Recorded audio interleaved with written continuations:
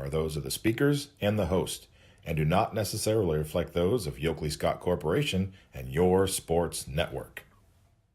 Yeah, I've been closer to Jesus before, so can you help me out? Oh, can you help me out? Am I on my own? Am I on my own? But can you help me out? Am I on my own? Am I on my own? Or can you help me out? Can you help me out? I've been scared to look in my soul.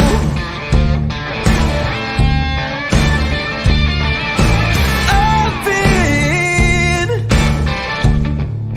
afraid I would follow the road. Yeah, afraid of the things I've been told. Hello, everybody. Welcome inside a Tuesday episode of Running Point on ysnlive.com, brought to you by Greenwood Chevrolet in Austintown. Anthony Hartwig alongside Mr. Ty Bartel, as always. And we have a good show for you today. We have 3 guests on the docket, and it starts at 12:30 with Leah Eft from Edison Volleyball. Excuse me. And then we will have right after at 12:45 Tony Shaheen from Mooney Volleyball. And then at 1:15, we're going to be talking to Neil Huda, the head coach of the Poland girls soccer team, fresh off their NE8 share of the championship with South Range, and looking to make some damage with a lot of returning players this year. So we're going to be talking a little bit of soccer, a little bit of volleyball, spread in with more excitement for the football season. We are now 2 days away, if you count today, 2 days away from the start of high school football season on Thursday, and it is getting exciting. Yeah, and I mean, we'll get a chance to talk with another football coach starting tomorrow, kicking off at noon too. Or excuse me, Thursday. Kicking off at noon. Thursday. I was about to say, I thought you booked him for Thursday. We're also in talks with a couple other football coaches trying to get them booked through tomorrow and also Thursday and Friday. So stay tuned. But yeah, coming back for another season on Running Point, Coach Colopy. And I mean, if you know that name, it's because you've seen him for football, you've seen him for baseball, you're going to see him for football again. The man that wears many hats over there in that Wildcat community. He might be the coach that we've interviewed the most. I mean, like, we've had him a couple of times for football, a couple of times for baseball, hey. We just talked to him this past spring, not a few months ago, so we get to talk to him about the football team. But every time we talk to him about either sport, the other one inevitably bleeds into it somehow. We talk about baseball during football season. We talk about football during baseball season. But it's like when you're a coach and you coach kids that are playing both sports or different kids for different sports, it's an interesting conversation because we know how hard it is to be a coach for one sport, let alone two at a high school too, and have some success with both of them as well. So this is an Edison football team, Ant, that we know. We've looked at them before. They've consistently improved. Remember, 2 years ago, no wins on the season. Now it's 3 years. No. Yeah, now it's 3 years ago, I think. I think it was that season before the COVID year, if I'm not mistaken. I believe you're correct, yeah. And then they had like a 500-ish season right in the middle of the pack. And then last season, they hit the ground running. They had a pretty impressive season for the Wildcats. And you know what's sitting in there in Richmond, too? I mean, it's a town not too many people know of here in Ohio, but the Wildcats are hugely popular in that area, too. And I mean, you look at what they did. 8-4 a year ago after coming off of a 3-5 season the year prior too, and that was going into the playoffs as well too for that awkward 2020 season. But you're right, Anthony, 2019 an 0-10 season. So if you told me 2 years ago, well, 2019, yeah, it would have been 3 years ago now, technically, like you said, that this team was 0-10, and compare them to last year when they got 8 wins. I mean, Coach Colopy has been the driving force behind the tides turning over there in Wildcat country. We're going to talk to Edison Volleyball today. We're going to talk to Edison Football on Thursday. Well, I love when we get the chance to bring Edison, representatives on the show. And we've talked to a couple of players from Edison too, because there's just a culture down there at Edison. They have really good kids. They have really just a hard-nosed work ethic culture. And because of where they're located, they really don't get talked about too much. So I love it when we can get Edison on the show. I love to, because like the teams that are down there that are in that kind of area, your Beaver Locals, your East Liverpools, your Wellsvilles, even, they know what Edison can bring to the table athletically. They know what kind of athletes are hosted over there, and they know what they're built from. So the thing is with those Wildcats, man, you might not know about them, but they'll make you know about them real shortly too, because they're a team that is constantly looking to improve. And they have a really good guy at the helm in Coach Colopy that is helping it in multiple sports. Yeah, we can't wait to talk to him on Thursday, right on the top of the show at noon. Tomorrow we have Camel Volleyball that we'll be talking about as well. So we have interviews still scheduled throughout the week. But today we have 3 of them. And like I said, it's going to be Leah Eft from Edison Volleyball, followed by Tony Shaheen from Mooney Volleyball, the new head coach down there at Mooney. And then last at 1:15, we will have Neil Huda, the head coach of the Poland girls soccer team. And exciting to get into some of these volleyball teams too. And I mean, you gotta be excited to see first and foremost what Edison is going to be able to bring to the table this year. As we know, that Buckeye 8 conference is always pretty competitive as well. But also, and we look at Cardinal Mooney, and I mean, like just like any other sport, the Mooney volleyball team is one where you look at the regular season and you see the teams that they're facing. They might not have the best record at the end of it. And then if you're one of those teams that says, all right, it's just a normal year for Mooney. They're run-of-the-mill team. They're a middle-of-the-pack team. And then you get to the tournament, and then every single time Mooney ends up surprising somebody that comes in there with that mentality against them. The proof of that concept, I believe it was 2 seasons ago, Mooney had a tough regular season. I think they were maybe a 5 or 6 win team. They weren't a high seed in the tournament. They drew Crestview in the second round, and they pushed this Crestview team, who 2 years ago still won the district championship, went to regionals, lost to Independence. But they pushed that Crestview team in 4 really competitive sets. So, look at that, and it's like, well, yeah, Mooney's regular season record, even if it's not great, sometimes it's just great because they're that good. But even if it's not great, that schedule gets them so much ready for Division III. It's not even funny. The boys did it in soccer as well. If you want to ask anybody about what it means to not take Mooney lightly, ask the Crestview Rebels. Any of those teams about what it's like facing Cardinal Mooney in the tournament. They're not a team that you really want to draw, because by that time, doesn't matter what kind of regular season they had, like you said, they're prepared for a tournament run.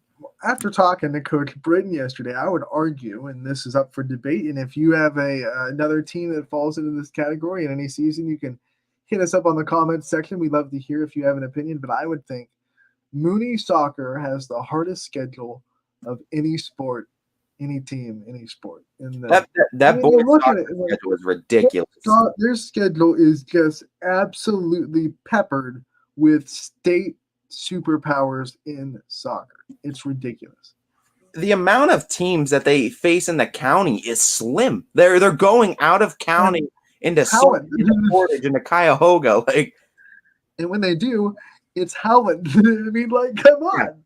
Yeah, and I mean, honestly, too, I don't even think county, but I don't even think they're the same county. I think Howland's in Trumbull, aren't they? Trumbull, right? Yeah. So I mean, I think the ones that they go into the county for is probably Ursuline, if I'm thinking off the top of my head right now. Like Ursuline's 1, Fitch is probably 1, 2. Canfield's 1, but you look at those teams and the success that's been a part of those teams before too. I want to look. I want to see. Because now you got me curious. I know we looked at their schedule yesterday, but my memory's so it's hard to remember every single team on those. I remember those out of conference. I know.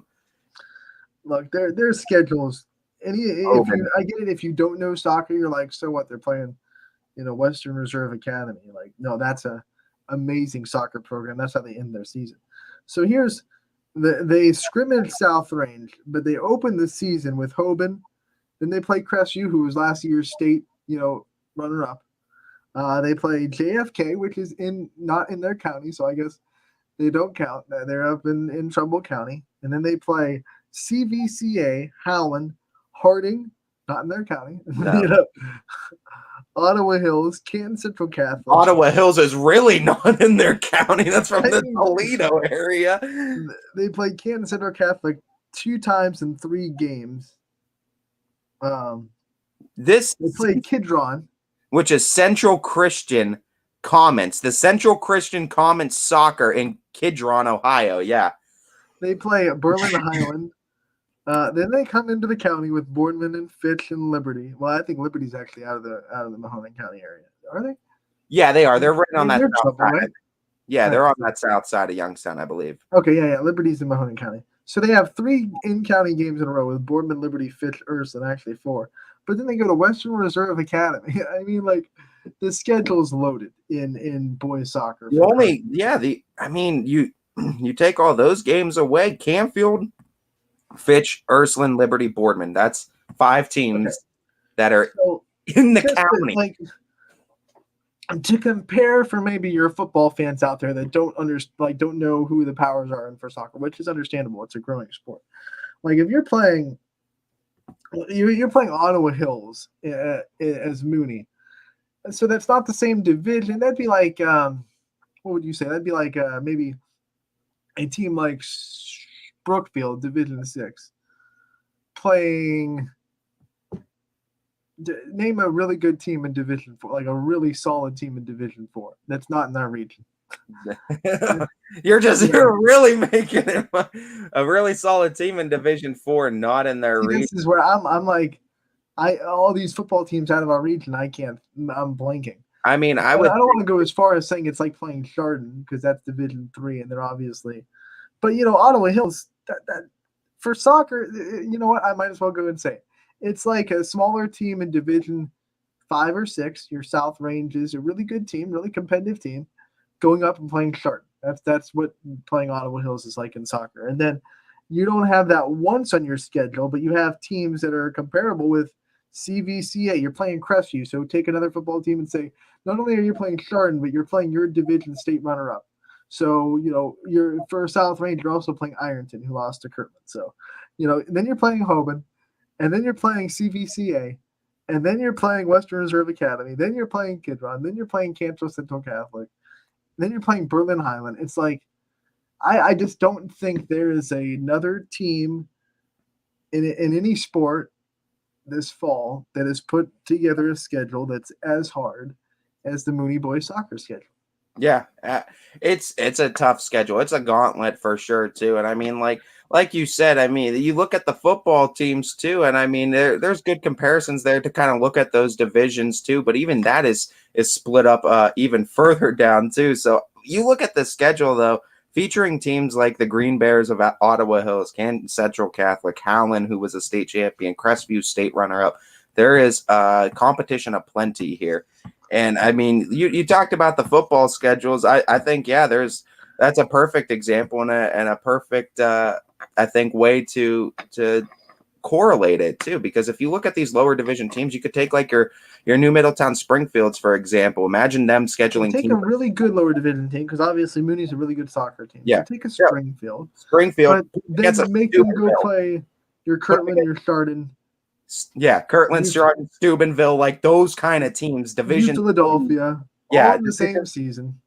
Like just had the schedule loaded with them. Like 7 of their games were just Division 3 opponents. Like, right.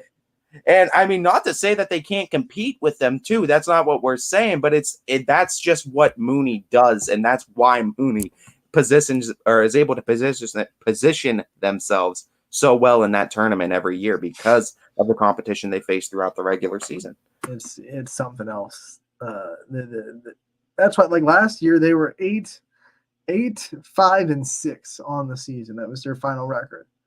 And they got they were right there with the team that went all the way to state. So you could, you can't say they would have gone to state because you never know how they'll match up with the other teams that Crestview went on to play. But what you can say is the team that went all the way to state beat them by 1 goal in overtime. And you can take that from what you think it's worth. It's tough to say, man, with this Mooney team. You never know what they're going to bring to the table. And if you missed that Matt Britton interview, you could catch it too on our YouTube pages, on our socials. But as you know, if you were subscribed and hit that notification bell, you already would have known that. This is a Mooney team, though, that has 3 straight winning seasons, I should say, looking to make it 4 going into this year, though. So Coach Britton, like you said, he came in for his 4th year now. I believe you mentioned 2 on today. So he's had 3 consecutive winning seasons. He's looking for number 4 here. And you look at this, the schedule of 16 games. You could probably realize that you could go 7 wins in this schedule, and consider it a success, and consider it like, okay, we are ready for the tournament. Matt Britton's looking at 12 wins though, 13. I know, I'm just saying, like I wouldn't be. No. If we win 7 of these games, I would be thoroughly impressed. It is an impressive schedule, and I mean, if you could just do business with the teams in your county, let alone the teams you're facing out of county, yeah, Mooney's going to have their talents tested throughout the regular season. That's for sure. It kicks off a week from tonight on the 23rd of August against Akron-Hoban. That's when the Mooney boys soccer season starts, and they will be at Hoban for that one. Your home opener will be the next day, Wednesday. So they go from Hoban to Crestview in 2 days. Your home opener will be that Wednesday, the 24th, against Crestview. And you look at that Crestview matchup, that's going to be one everybody's eyes are going to be on, because that rematch, too, is one that I'm sure all those boys on Mooney want to, all those juniors that had to suffer through that heartbreak last year. It's one, Coach wants to face and have his boys tested against one more time, because it might be another meeting in the playoffs between these two. You never know. How cool is that, though? Like, we talked to him yesterday about the taste that game left in his mouth and left in the team's mouth about losing to Crestview so close and them making the run they did. Like, second game of the season, there you go. They're right there. Revenge time. It's what he wants. It's what Coach Britton is constantly striving for, making the schedule some of the best in the area. All right, Ty. What we're also going to do today is continue our generic volleyball kind of schedule recaps and season previews. Go over some players that are going to be important for these teams. We've gotten to a lot of coaches, but we realized that we couldn't get to all of them before the season started. So we just want to make sure every volleyball team at least gets hit and gets talked about. We have the Steel Valley Conference to talk about. We're going to save Mooney for when Coach Shaheen gets on. But let's go into Ursuline territory and see what the Irish have to bring to the table this volleyball season. Let's look at their schedule real quick, Ty. Just like Mooney, their schedule is going to be filled with tough teams around the area that are going to test them. They open the season on Monday, August 22nd, against South Range on the road. Then they have their home opener Thursday, the 25th, against Cheney. And then they go to Brookfield. They'll go to Youngstown East. They will return home against Cardinal Mooney. They will go to Badger. They will host Heartland Christian, host Maplewood. Those are 2 really good Division IV volleyball programs back to back. They will stay home to host East, travel to Struthers, travel to Columbiana. Then they will host Canfield. They will host Warren JFK. They will host Austintown Fitch. They'll go away to Jackson Milton. Then they'll go to Heartland Christian, to Howland, to Mooney, and they will finish the season at home on October 12th against Columbiana. There's a lot of young talent on this team, and if my memory serves correctly, only a couple of seniors that played last year, but I believe a lot of the starters are returning back. And I think one of the biggest ones is Trinity Lamb that you have to look at too. She had a lot of significant stats, I think, last year. And the stats that we have recorded for her too, these percentages are really nice. At over 100 kills on over a 46% kill percentage, 46.7 to be exact, and a 383 hit percentage. So, I mean, solid numbers all the way around. You're bringing her back as a senior, presumably. That's going to be a big player to hang your hat on, I think, for Ursuline. Excuse me. That's going to be that's a big hitting percentage, 383. But to bring that back and say you can improve on it a little bit, if you get her into the 430, 440 hit percentage range, then that's going to be someone that you really have to respect as a defense, because not only do they swing hard and are they dangerous, but they're not going to get points themselves by having unforced errors. So you really got to commit to making sure they're stored up on the block, because like I said, they're not going to be a hitter.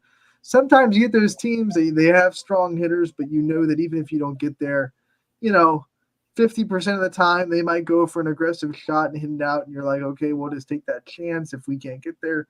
Lamb is not one of those hitters. She is going to make sure that she's efficient with her swings, and she doesn't make a lot of unforced errors. So you got to make sure you're shirt up on defense when you go up against her. 70 blocks total as a player too from a year ago, with 49 of them solo. So I mean, she's one of those players that can play great net defense. Stands at 5'11" too, so has some height to her, and she's going to be a big, I think, focal point in that Ysn offense volleyball wise this year. I think your biggest loss, we always say setters are going to be huge, but how can't you mention Paige Ogden and the loss that she's going to be at her? A lot of people talked about her on the softball field, rightfully so. She's a dynamic softball player, definitely a great softball player in her own right, but she was important to this volleyball team as a setter, as a leader, as an emotional powerhouse. So losing her is going to be something that Ysn really has to kind of take a look at and try to deal with. Well, what are we going to do going forward to try to bring not just a new setter, but a new leader? She was one of the best leaders in this Ysn athletic programs of the last season. So how are we going to replace the leadership? How are we going to have someone step up and be that energetic, emotional leader that Paige Ogden was? Is there going to be chemistry between Trinity Lamb and this new setter that's going to have to step in place right off the bat? That's one thing you're going to have to check, is that chemistry too. You can't force it. It has to get built too between your attackers and the setters. So you gotta hope too. Maybe there was a plan in place and you got some reps in over the summer playing around too, and you were able to get some more of this practice too. But you just hope that chemistry can form between the setter and the attackers for that Ysn volleyball team. And you look at this schedule, Ty, and I think it's a really good mix of like bigger teams that will really test you, but then you're also giving some of the good small teams in the community a chance to kind of sharpen their own wits about coming to you and playing. I think Ysn's doing a really good job of mixing those two. I mean, they have games against teams like Brookfield and Heartland Christian and Maplewood, who are all Division IV teams looking to sharpen their own teeth, but then they also turn around, they'll play your Austintown Fitches, your Howlands, your Canfields. So they play Jackson Milton, who's another small team, JFK small. So they're kind of mixing that blend of playing up as far as division, not necessarily up as far as, but they're playing up divisions for themselves, trying to get them ready, but they're also, playing solid teams that are below them division wise. And that not only benefits them because they're still playing quality volleyball, but it also gives the lower team some advantages to playing upper division volleyball. It's again, like I said yesterday too, you want kind of those confidence checks, right, throughout the season, and those come with winning ball games, because it's kind of hard to get kids to buy in if all they're seeing is losses on the record. They need to see some wins. They need to see that what they are doing can pay off into victories too. So you do one of two things. You always want to try to keep those teams above you if you can, non-conference wise. Right. You want to always test yourself, but sometimes you'll get the cases where your teams like Mooney Soccer, where you have a solid roster. We can make a state run. We need to get prepared. Where in other instances too, you could be like this Ysn volleyball team where we know we can be a good volleyball team. How do we get to that next level? And it's kind of mixing it in. But what you see with Ysn, they're not scheduling a bunch of teams that are significantly below them to talent. No, they're just, I was just saying division-wise are down. Yeah, exactly. And they're just smaller schools. Doesn't mean they're worse at volleyball. They're just giving some smaller schools the opportunity. Heartland twice, Maplewood, Columbiana twice, Badger. These are all schools that are a little bit smaller than ours. They're winnable games, but they also are losable games. Right, absolutely. Every one of those teams you listed, a Maplewood, a Heartland Christian, I mean, these are teams that can absolutely knock the Irish off in any given game too. So I think I like the schedule that they have. Obviously, there's going to be some games where you kind of go in expecting the Irish to win. That's just the nature of how their schedule is laid out. But I think when you look at this schedule too, they've scheduled plenty of teams that are going to be right around that same talent level as them. They schedule plenty of teams that are projected to be a little bit better than them this season too. So I think it's a great schedule for the Irish. I think it's a brutal stretch down the stretch. I mean, look at this. Their last four games are Heartland Christian on the road, then on the road against Howland, on the road against Mooney, and then they close out the season against Columbiana. Like, that's a really, really tough end of the season. And those games happen, let's see, 29th, 4th. Actually, they're pretty spread out because 4th and 11th, that's a week in between.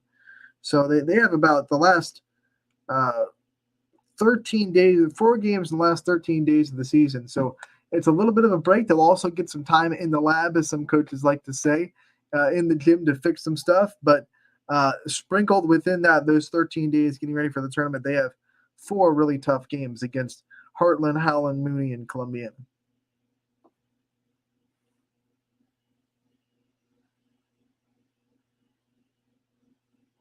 There we go. Yeah, I noticed. I would be surprised because if they don't currently have a full 22 game schedule, you might even see the Irish schedule some more teams in that week too. They might be leaving it open purposefully too, just to see if there's a team that needs a game too, and they can get some tough competition in that. 1, 2, 3, 4. Yeah, because even on Arbiter too, they have 19 games that I'm listed, so they have room for a couple of more if they want. You had Salem's on the Max Preps one, right? No, I don't see Salem. Okay, so the only what date are they playing Salem? The only one that I see that might be added that I think is 20 on Arbiter. Salem on October 6th is coming to Ursuline. Okay, so that'll be between that Howland game and Mooney game. So now their last 5 games are Heartland Christian, Howland, Salem, Mooney, Columbia. That makes that stretch even tougher. And then, there is another one too. They're at Warren Harding too on October 3rd. So Arbiter, it looks like, has a little bit more updated than the one I was looking at. Okay. Mm-hmm.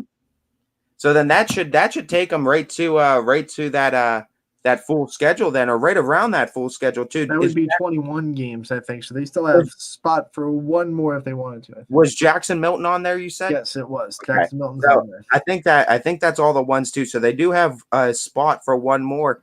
And I mean they might try to get that scheduled, or they might leave it open too until someone comes calling to them. Well, their last game of the season is the 12th, so they have that Thursday and that Saturday that they could try to play someone before the tournament starts the next week. So they could try to squeeze someone in one of those 2 days if they felt like they were. I think they would do that if they went into that last week of the season and they felt like, okay, we're right in the teetering point of being ready for tournaments, and we think that we can make a deep run, and let's try to test ourselves and try to see if we can get someone open. I think that'll be a decision that'll probably be made like the last week of the season. Yeah, and it should be exciting once it does come around. This is a great schedule, though, for Ursuline, highlighted by a lot of talented volleyball teams. They open the season again Monday, and that will be the 22nd at South Range. It should be covered on YSN. DJ Oakley is taking on the reins of South Range Volleyball, so he should be there for you on the coverage of Ursuline at South Range on Monday. Should be exciting for sure. And it's going to be an exciting Saturday, too. I mean, you talk about some of those games that are popping up on the Saturday right after football. Just goes into the fact that we have a really busy 3 days coming up starting on Thursday. Yeah, we absolutely do. And it's going to be a madhouse for sure at YSN. Going to be a madhouse. We'll have Audible Call on both nights for you, Thursday and Friday, the only week of the season where we'll be able to have enough games on both days to do that. So that'll be exciting. And we're excited for the rest of the show. We have Coach Leah Eft from Edison Volleyball coming up at 12:30. Then we have Coach Tony Shaheen from Moody Volleyball coming up right after her at 12:45. And then at 1:15, we'll be talking to Coach Neil Huda from Poland Girls Soccer. We're excited for it. All these interviews starting off into the first hour of the show now. So stick with us. We'll be right back on Running Point with all those interviews and more.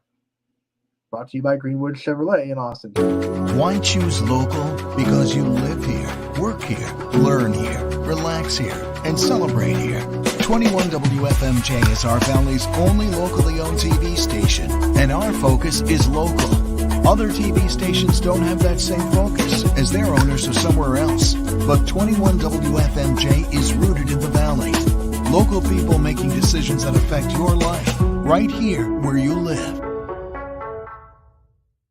When looking for home design inspiration, don't just be inspired, be Baird inspired. Whether new or remodeling, Baird Brothers has the latest trends like shiplap to refresh your home. Go from inspiration to installation with our wide selection of in-stock American hardwoods. From the rustic charm of antique oak to the warmth of traditional cherry, Baird Brothers has what you need to make your home inspiring. Baird Brothers, our family's heritage, your family's home. Hi, I'm Colin Chupa. And I'm Kelsey Clem from K-Squared Marketing. Our boutique marketing firm specializes in media planning and buying, public relations, event marketing strategies, and strategic sponsorships. We can integrate our services with your existing game plan, or we can be your entire marketing team. Your goals, our game plan. Let's win together. Call K-Squared Marketing at 330-623-2730 or visit ksquared.marketing to learn more. Change. This one word can make you break out in a cold sweat. But with change comes wisdom, experience, and understanding. At Myers Family Insurance, we can help make changes in Medicare, insurance, and retirement a positive experience for you and your family. We've gone through changes, like our new office and new faces to help our family of clients too. For all your Medicare needs, call Myers Family Insurance. Check us out online at myersfamilyins.com or find us on Facebook. Welcome back to Running Point on ysnlive.com, brought to you by Greenwood Chevrolet in Austintown. Anthony Hartwig alongside Ty Bartell as we patiently await the arrival of Leah F., the head coach of Edison Volleyball. Ty, one of the things that you look at when you think about, volleyball coming up and football coming up, soccer coming up, is how do I want to put this? The state of high school sports right now. And then, like we talked about a little bit before, like, do you see a trend? And then we see it, a couple of things. Do you see a trend on high school sports becoming less important to the players that think that, or the players that actually can go on to have very successful, high caliber college recruiting type seasons, careers, whatever you want to say? Like, we're seeing this dynamic shift between club and high school sports. And because a lot of recruiting gets done in the club sports, there are players around the country that are making the decision that that's more important than high school. Yeah, it's a tough one, right? It's a tough thing to talk about. I think honestly the best answer you can really say is, I guess it depends on the state, right? I feel like every state kind of treats high school sports a little bit differently, and high school sports is viewed, constructed, even like the way the state championships are done a little bit differently. It's odd because, like, you look at how many football players get drafted out of your Texases, your Californias, your Ohios, and then you wonder, like, football is still one of those too, is what I guess the point is, like, you almost need high school football because there's no other way for a football player to expose themselves to that level. Football's an outlier. There's no club football, right? There's no like, hey, I'm going to go play for a team in the off season. I don't know. Like, I don't know the exact numbers on that though, between like the amount of kids that get drafted or get recruited out of a club sport as opposed to the high school sport. You look, I don't know an exact number, but you look at all these rosters of, especially outside of football, you look at the Power Fives, your Alabamas, your Tennessees, your Georgias, your Pac-12 teams, your UCLAs, USCs. A lot of those players, whether they be volleyball, soccer, baseball, softball, they are found recruited by the showcase places, these big, showcase tournaments. Colorado, and for softball, you got the sparkler that Sydney Watts played in this year. You got the PGFs in softball. You got big tournaments in Indianapolis for volleyball, the Nationals that one of our club teams went to this summer. You got I don't even know where the big tournament is in soccer, so pardon that, but there's probably somewhere there's a big college showcase in the soccer realm. Basketball, it's the Run for the Roses in Louisville. Those are the places where these big colleges really find their people, right? They're not going to high school games because it's during their season, right? You can't do it during your season. The X factor, I think, that kind of separates all that, it it depends on the coach, I think, because a good coach can trump, I think, a player wanting to go from high school or canceling out high school sports and going exclusively club, because a good high school coaches are really good at helping get their players' names out there, getting them recruited, getting them visits and stuff like that. Like the best of the best high school coaches are enticing to play for, because you know they're going to go that extra mile for you, and the connections they know are valuable enough themselves. Here's what there's always cause and effect, right? So here's the effect of having so much recruiting pressure be on those showcases in the off season, whether it be basketball, softball, baseball, whatever. If you are one of the elite, which we're talking about once again, players that are going, they can go anywhere they want. They're Power 5 players. And once again, we recognize that no matter where you go, you are special if you go to the next level. But we're talking about the top 0.5% of athletes in the area in the grand scheme of sports that are going anywhere they want to, basically. When you're that good or that elite at the sport and you're going to these showcases, you start to realize what the competition is like there. And then you start to realize that you don't see it in your high school. Like you don't get that from your high school. So even if let's say you're committed to somewhere the summer after your sophomore year, you're committed somewhere going into your junior season or after your junior season, you look around at your senior year and you're thinking like, oh, this is real now. I have to really be ready when I step on campus at Tennessee, at Alabama, at Georgia, whatever it may be.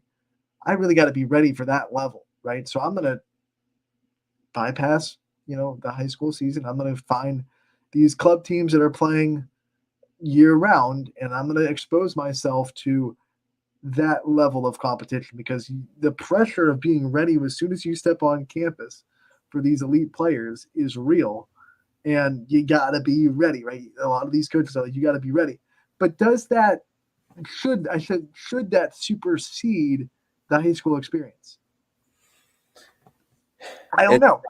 I don't know. Like it's a hard discussion. That's why we're kind of having it to fill a little bit of time, but it's a tough discussion, because the goal of high school sports is not to get recruited, right? The goal of high school sports is to just have that high school experience and better yourself as a person. And you really get that a lot more than you get it in the club atmosphere. You get those life learning experiences in the high school sports realm. Doesn't mean that you can't have a goal playing a high school sport of getting scholarships and raising your stock and all that. But the goal of high school sports is that high school experience. So you see a lot of kids around the country start to just bypass that and say, I got to be ready for this level as soon as I step on campus. So I have to bypass this high school experience to make sure I am. Like, are there there's obviously positives to that to your career, because you are going to be, extremely ready for that level of competition when you do step on campus. And that might make you someone that can make an immediate impact on that team when you step on freshman season. But at the same time, you're losing a lot of important things in that high school experience that could benefit you down the road it could benefit you long after you're done with college sports. And you might be sitting there when you're 36 and you're done with sports as a whole. You might be sitting there thinking, man, I should have spent one more season with those players that I considered friends in high school, and that kind of realm. So it's a catch-22. I'm not saying one decision is right, one decision is wrong. I'm just saying it's a real murky decision, right? And it's one that a lot of players are starting to have to make more and more around the country.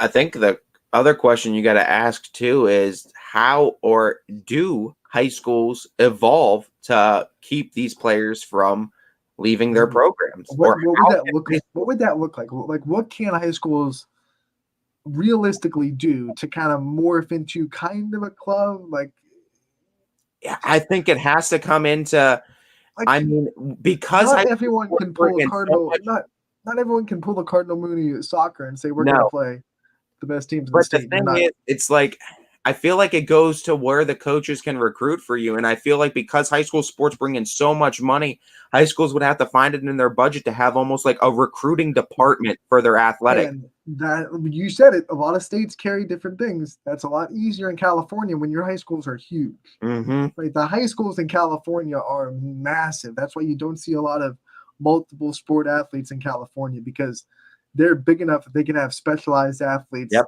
drill into. Like I said, states are different. It's Right. it's different So, state to state. in those states, it's really easy for high schools to kind of make that shift and almost be a club team kind of per se, where you Have a recruiting department to where you're the team is recruiting. coming from Las Vegas to play Austin Town Fitch.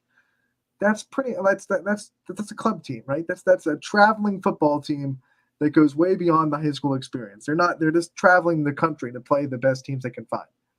While having high school games Right. too. I mean, they're high school as far as the level goes, but I doubt those kids are having the exact same high school experience that everybody else. So, but here in our little area, in the small town of Ohio, small town in Ohio, not of Ohio, Small state of Ohio, I guess you could say too. small, you get a lot of that. Some of these schools would be lucky if they have maybe one player every 10 years that is that good, that is going to an elite college, right? So can they afford to make that switch? Probably not. Yeah, it's like I said, it's up to the states too. But when you look at or high schools, like that's one answer I can think of right off the bat is if you had some way of having like not even a department, but like even a team of people that are just literally your coach plus other coaches that are committed to getting these kids recruited at the next level. That's the only thing that I think can be enticing for those kind of Here's another thing. If you are not a fan of the transfer situation in high school, if that starts to develop, it's going to get worse. It's going to get worse because Division I schools will get loaded with everything. You're one of those elite kids and you're saying, well, that school is doing what I need to do to not bypass high school experience. I'm gonna hop there. So if that happens, the transfer situation is going to get worse if you're of that perspective that you don't like where it's at now, or is just going to elevate if you're not of the perspective where it's a problem right now. There are different sides of that conversation. It's definitely evolving more and more to be similar like pro sports now at a lower level to where it really is. To where and that makes you worried for the traditionalism of high school sports. And I mean, we know that everything grows, right? It's gonna have to change over time in some aspects too. But it does certainly seem like this is the shift that's going on in high school sports. And yeah, if you're one of those high school traditionalists, it's not something that you're too enticed about or you're too excited about. But I don't know if there's really any way of slowing it down because you see the trend we're on. You see the NIL deals over in PA now. Like, they're the guinea pigs for us right now, folks. We've had this conversation before, but like that's going to be, if Pennsylvania can do it and do it well, start expecting Ohio to adopt some of that. I was talking to someone last night that, they probably went to high school in like the 70s or, and they were saying how much they missed their football teams just simply playing the teams they knew. They just missed always playing Struthers, always playing Boardman, always playing Canton. That was just, you knew exactly who you were playing. You knew everything about them, and they kind of missed that atmosphere. So there are people that are kind of not liking the changes that they're seeing in the high school athletics. Yeah, I mean it's an interesting discussion too, and how the sports have evolved too at the high school level, especially in just the last few years. We are about to have an interesting discussion with the head coach of the Mooney volleyball team, in Tony Shaheen. As soon as Ty, can you let her on, because I just got something on my computer screen that won't go away. What's up, Coach? How we doing today? Hi, thanks for having me. Thanks for joining us. Thank you so much, Coach. Coach, I mean, where we like to really start out with is sort of meet the team segment. And I know with the schedule that you guys have, you're going to need to have everyone ready and prepared. So what is this 2022 edition of the Mooney Cardinals going to look like? Yeah, so we have a lot of familiar faces coming back. We kind of have a new look. So we moved a lot of positions. We have 5 seniors joining us this year. 2 just came this season. We have Addison Stacy returning with us. She was our libero last year. She'll be our setter this year. Marissa Bowman, she was our right side last year. She'll be an outside hitter. Maria Fire, she was our middle last year. She's staying in the middle. She's actually probably the only person who has the same position from last season.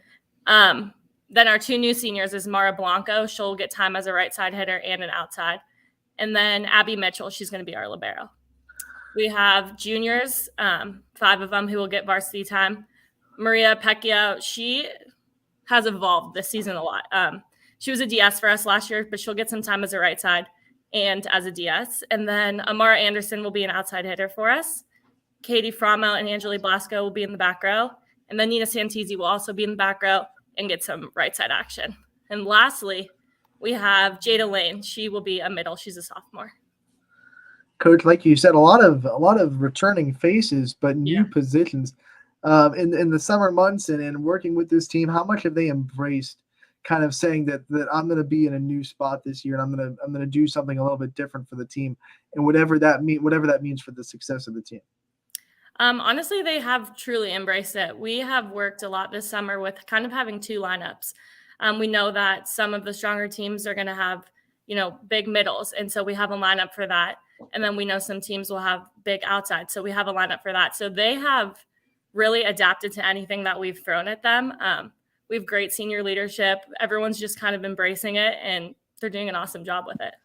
Coaches, I'm sure you got to play with what you got too, but I'm sure it's gotta be exciting bringing back 3 girls that all produced 50 or more total blocks last season. I mean, how exciting is it to have this net defense, and what kind of advantages does that allow you to have over certain teams this season?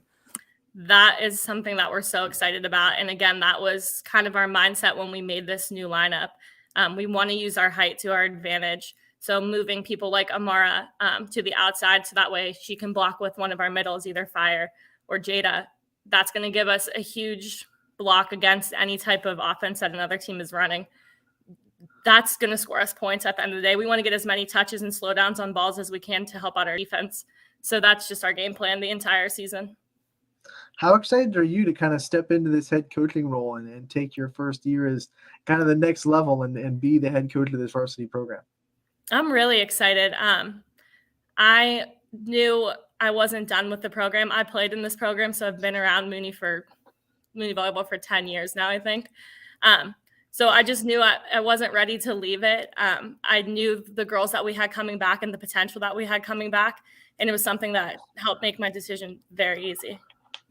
In our talks with other coaches and in our talks with each other too, we always talk about how the setter position is always a tough one to kind of replace in a team too. So in saying that, what's your advice when you're trying to groom that new setter as you are this season to kind of take over and be that kind of quarterback, I guess, on the court for you? Yeah. We talked to Addison in the beginning of the year. We always meet with the girls individually and kind of tell them where they're at and our expectations. And I just told her to remain calm. I had the privilege of coaching her in lacrosse too. So I kind of have that relationship with her where, we understand each other. I kind of know how she can get in her own head at times, but I told her just to trust herself, trust that we put her in that position because we know that she's capable of it. And then really just be a vocal leader. It's her senior year. She deserves the spot. She's worked for it all summer. That's the reason we gave it to her. So again, just remaining calm, trusting in the process. She'll be fine. Perfect segue, because I wanted to bring up lacrosse and coaching lacrosse. I mean, obviously it's your first year as the head coach of the volleyball team, but not your first year as a head coach. So how much has that experience, how much easier did that make the decision, knowing exactly what you were getting into with a head coaching job and exactly all the things that came in with it? How much did the experience of coaching lacrosse make it kind of even easier to make that jump into a head coach of the volleyball team? It made it a lot easier, honestly. I already know the administration very well. I'm thankful for them for trusting me with 2 programs. It made it perfectly easy because I do have a lot of girls that play both, which is nice. But then it is nice to kind of get to know 2 separate group of girls and kind of to relate skills from lacrosse to volleyball or from volleyball to lacrosse. It just makes the transition easy for all of us. And I know you're separated with the winter between seasons, but that still has to be a juggling act to try to kind of keep them both in your head. You always want to kind of keep lacrosse in the back of your mind and be preparing for the lacrosse season. What's it like now knowing that you do have 2 programs on your shoulders and you're responsible for them both? Yeah, I mean, it's definitely a lot. I actually don't have the winter off. I teach at JFK in Warren, and they got me to coach 7th and 8th grade basketball last year. So I do that in the winter, but Honestly, I love being busy. I love, I'm a very organized person, so that aspect of it is fine for me, but definitely now knowing that, okay, during winter, like I would go from basketball straight to lacrosse. That's our off season. And then this time it'll be at the end of lacrosse, we'll be starting volleyball open gym. So it's definitely going to be a lot to juggle. But again, I love being busy and I love coaching. So it's pretty easy. What gives you that love for coaching, and what specifically is that? What is it that keeps you coming back and going from sport to sport every year? Honestly, I love creating the relationships with the girls. That's the biggest part for me. Seeing them, come from volleyball and then be like, oh, I'm playing lacrosse this year. Like, I can't wait to, spend more time together. That type of stuff means everything to me at the end of the day. Yeah, we want to win games. We want to be successful. But those relationships are kind of what keeps me coming back. Besides the talent level, what's the biggest difference between coaching at the varsity level in high school and then going in and coaching the 7th and 8th grade team over at Warren KFK? The hardest thing for me is probably like the intensity level. 7th and 8th grade, they're transitioning into sports and kind of, just playing for fun in a way. And at the varsity level, we're playing to win. We're putting the best people out on the floor. And so coaching 7th and 8th grade, like I just remember the first time I was like, okay, I got to kind of like watch how I talk to them, like approach them, really, really nicely. And I just told them, I want you to learn anything from me. I want you to learn just kind of how to be prepared for a high school program. They run an awesome basketball program here. So that's the biggest thing that I wanted to help them with. How special is it that you get to coach at the place you played to with Mooney too? And what is this deep love for the school like?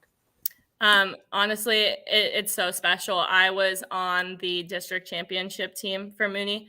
It's our only district championship. So that's something that, I'm looking to get back at. But those memories are just so special to me, and being able to, help create memories for the girls that are there now. That's what means the most. What were some of your favorite off the court memories that you had with Mooney, with your teammates, and some of the bonding memories that you had that you hope that you can give to your team now off the court? Just spending time together. I mean, during the season, we're just nonstop together, and that's kind of how it's been for us so far. We've run double sessions. We're doing a spirit week this week. So anything to kind of make the atmosphere fun for the girls is what we're looking for. What are some major significant things you learned in going from being a player to a coach? Honestly, I learned so much more through coaching than I did as a player. Constantly just researching the game. I learned, being a player and knowing how you're receptive towards different information. That's something that I take in with coaching. Not everyone's going to respond to a tough love approach. You might have to be more gentle when you're approaching other people. And so that's some things I've learned just playing with other people and through coaching. And then just more about the game. I've learned so much through coaching. So I saw on social media yesterday was what Adam Sandler lookalike did. Yeah, I let them pick the themes. I mean, I said I must be old because I didn't even know that was like a thing, but that's loved a first. It. I was looking at the group picture. Who do you think won the best lookalike? Who do you think got that? Because definitely Jada Lane and Olivia McElrath. They came with like mustaches, sunglasses. Like they really embraced it. They had that uncut gems look for Adam Sandler. Yeah. What's the theme tonight? Well, tonight we're going to Western Reserve. We have a scrimmage with Canfield, Poland, Western Reserve. So there's no theme for that. We're not going to show up in anything crazy, but we got red, white, and blue plans. We have Senior Citizen Day. That will be a funny one. And then they have wrong sport. So they'll show up like basketball players, football players, whatever. So I said, as long as you're in something that you can practice in, I'm cool with it. Don't be sitting in football pads. Yeah. It'll be funny. Should be fun this season for sure, Coach. Anthony and I were actually having a discussion, too, about the evolution of high school sports and how it's always evolving. And I'm sure you know that sports specifically are always evolving. In the short time since you've been a player to now being a coach, how have you noticed the sport of volleyball evolve, and in what ways? I think the sport has gotten so much more competitive. It's almost like a higher level of volleyball, and that was one of our goals when developing our offense this season, is to be a higher level offense. So I think the competitive nature of the sport has grown immensely. I want to make sure that we talk about your schedule before we get you out of here. I mean, like every Mooney sports team, you guys put together a tough one. Yeah. Who are some teams that pop up that you're really excited to compete with, and how much do you think the schedule is going to prepare you for your tournament run? We are super excited. We open up with Lakeview. We know it's a tall task. When the season started, we kind of talked to them about being prepared and being unprepared and our expectations. And one of them was not being afraid of competition. Like you said, our schedule is absolutely loaded. So opening up with Lakeview is a good test for us to not be afraid of that competition, to control the things that we can control. So we're excited for them. We're excited for Crestview, Fitch, Howland's another good one. Canfield we play. So, and then always, I mean, the Ursuline rivalry is always a huge thing for our conference. So those are some of the games we're looking forward to. Before we get you out of here, Coach, we always like to also do a kind of meet the staff segment as well, because we know you can't do it yourself with this program. So I want to give you a chance to highlight your assistants and other big names in this Mooney volleyball program you'd like to shout out. Yeah, so with my staff, couldn't do them without it. So Lauren Markovich is my assistant varsity coach. Haley Blangiero, she will be the JV coach and another assistant varsity coach. And then we brought a familiar face back, Elena Francis. She just graduated last year. She played 6 rotations for us. She's going to help out with JV, and she's been awesome with the new kids coming in. You know, she's relatable, just came out of the program. I also need to thank Carl Polini, our athletic director. Michelle Bova, she's become our athletic secretary. She's done a great job this year so far. And then Vince and Diane Polini, they kind of organize our parochial league. So we have all these like 7th and 8th grade games on Sundays at Mooney. They do a great job organizing that for me. So yeah, couldn't do it without any of them. Super excited to hear Elena Francis is coming back as a coach. That's she's awesome. Done a great job. Coach, thank you so much for taking the time to join us today, giving us a little bit of a preview of Cardinal Mooney volleyball. We look forward to covering you all season, and hopefully we can get you on a couple of times throughout the year to talk about Cardinal success. Perfect. Thank you, guys. That was Tony Shaheen, the head coach of Cardinal Mooney volleyball. They opened the season Saturday at home against Lakeview. I'll be there to kick off the volleyball season. My coverage of volleyball should be I just knocked my headphones out. Hold on. You're so excited. I'm so excited. I'm knocking stuff around. That should be a fun one too. We know Mooney's never a pushover team, and I'm excited to see exactly what they're going to bring to the table. I know a lot of height on that middle block, and I mean Maria Fire. Whether it's basketball, whether it's volleyball, it seems like this girl always is able to produce and always is working hard. Great name too. I mean, On Fire, right? It's a great name too, and that Fire name has been known to Mooney athletics for quite some time too. I believe she has some siblings that have gone through the program as well. But when you look like she said, there are so many players that are not new faces, but new positions. You're going to see them in new spots because there were a lot of players that did graduate last season that they have to kind of try to find a way to fill a hole in. Angelina Rotuno is the one that sticks out the most. I mean, setter, digger, did a really good job just leading that team. Emotional, energetic. So someone's going to have to fill that gap, the hole that she left. Someone's going to have to fill it. And all these players stepping into new roles, even Amara Anderson, who was kind of a middle blocker for their JV team last year, stepping into an outside hitter role. She's going to be kind of tall for an outside hitter. So that's going to give them some advantages against most of the teams they play. Not all of the teams, but most of the teams they play that don't have a lot of height on the outside. So you're either going to, when you play Mooney and she's on the outside, you're either going to have to really move your middle to the pin, or you're going to have to, have taller outside hitters that can get up and block your outside attack. So that's going to be something that the Mooney's going to have a little bit of dynamicness to them. And like I said, tough schedule. It's going to be really competitive. We just went over it with Coach, and it's going to be fun. It's going to be a really fun season. Can't wait. They open the season again on Saturday at home against Lakeview, and it will be on ysnlive.com. Don't miss it. Yeah, and I mean, you talk about people like Elena Francis too, sticking around with this team. She had a great season last year too for her senior year, one of the top kill getters and most digs in the program last year. So she's a perfect kind of coach right there too. That was literally on the court a year ago, can relate with all these girls and kind of still be there to offer her knowledge and support.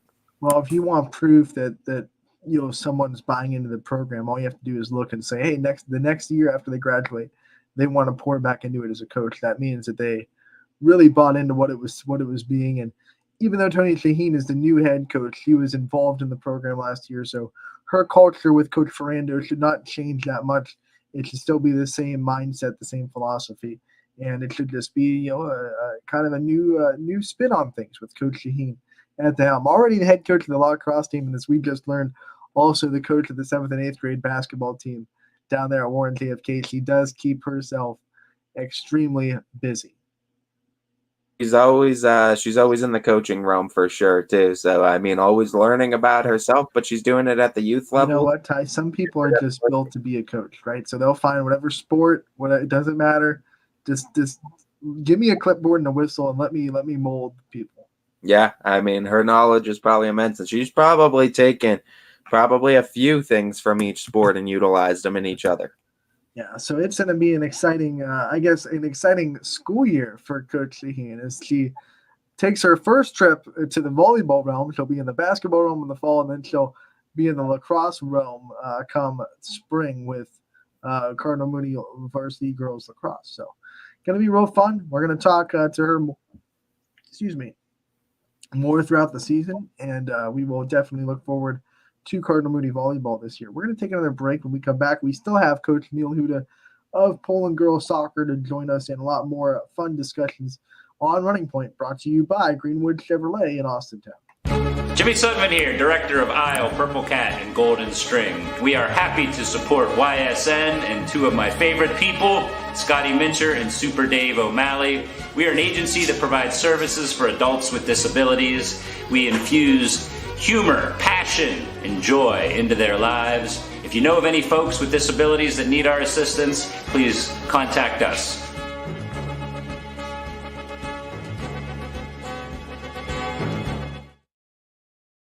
How lucky are we to have not one, but two 18-hole Donald Ross Championship golf courses right here in our backyards. Mill Creek Golf Course was selected by Golf Week as one of America's 30 best municipal courses, continuing to challenge golfers of all levels and featuring PGA professionals, golf instruction, a players' rewards club, kids programs, and a pro shop and grill room for a memorable golf experience. Call or click to schedule your tee time at Mill Creek Golf Course. At Greenwood Chevrolet, we offer a worry-free experience for all our customers. From sales to financing and even service, we'll help build your perfect vehicle and lock in your trade value while your vehicle is being built. No worries. We guarantee financing, regardless of your situation or credit history. No worries. And when your vehicle needs service, our award-winning team will get you back on the road.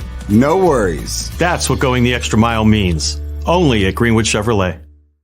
Now is the time to think about your future, where you want to go, what you want to be. Your future can start now at Kent State Salem or Kent State East Liverpool. We have programs that will open doors and provide opportunities for you to pursue your passion. We are affordable, we are close. You call it hometown, we call it Kent State University.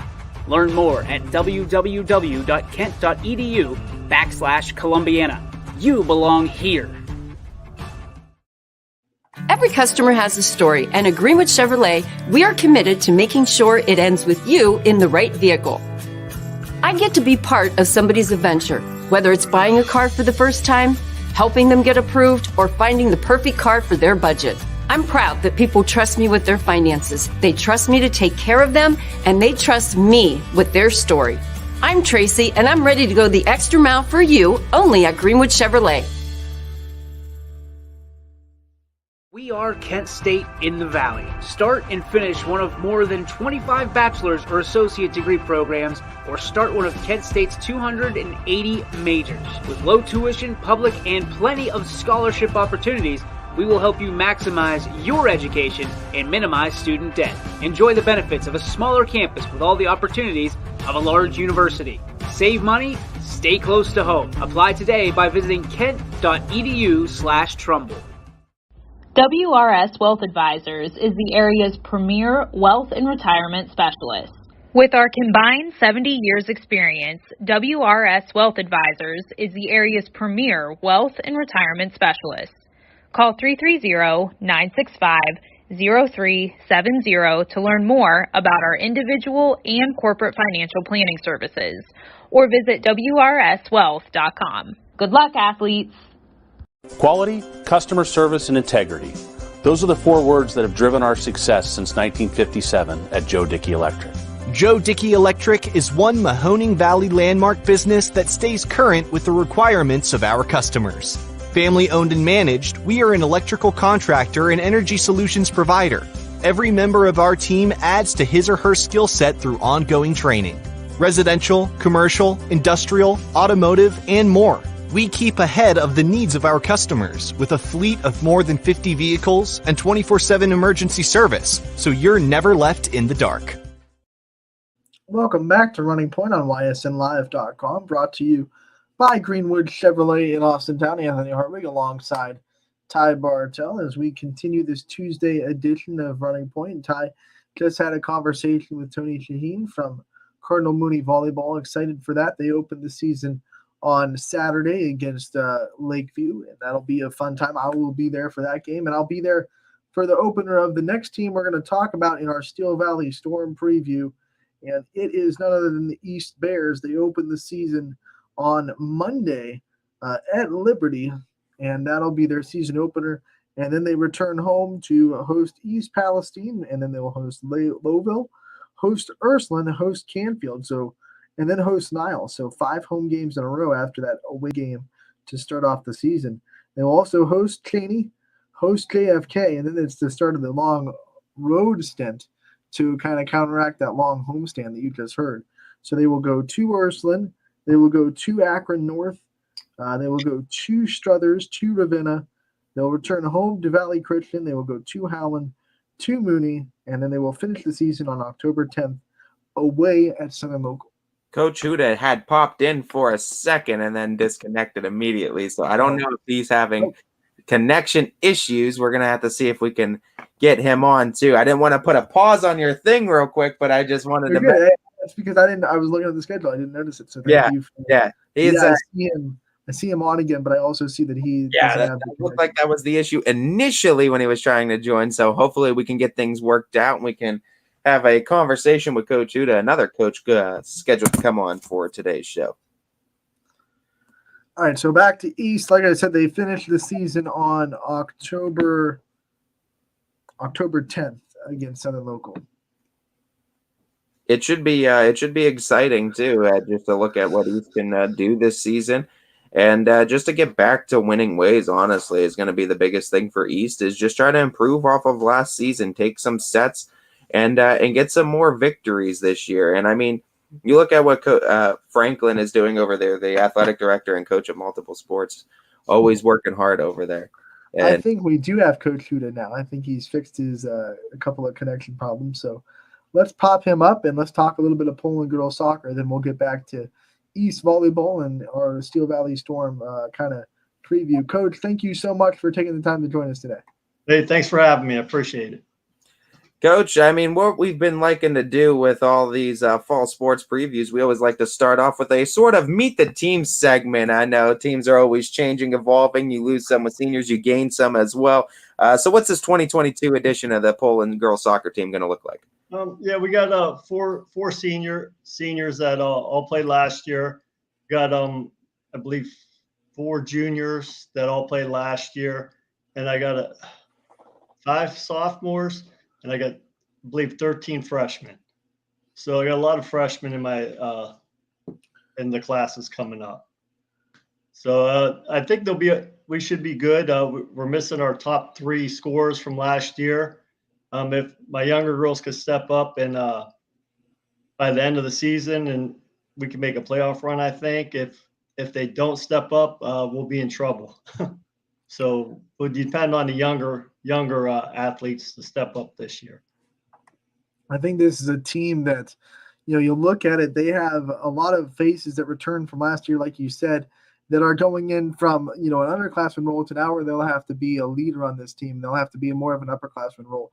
How have you already seen kind of leadership qualities kind of ooze out of these new upperclassmen that are trying to keep this program, as successful as it's been in the past?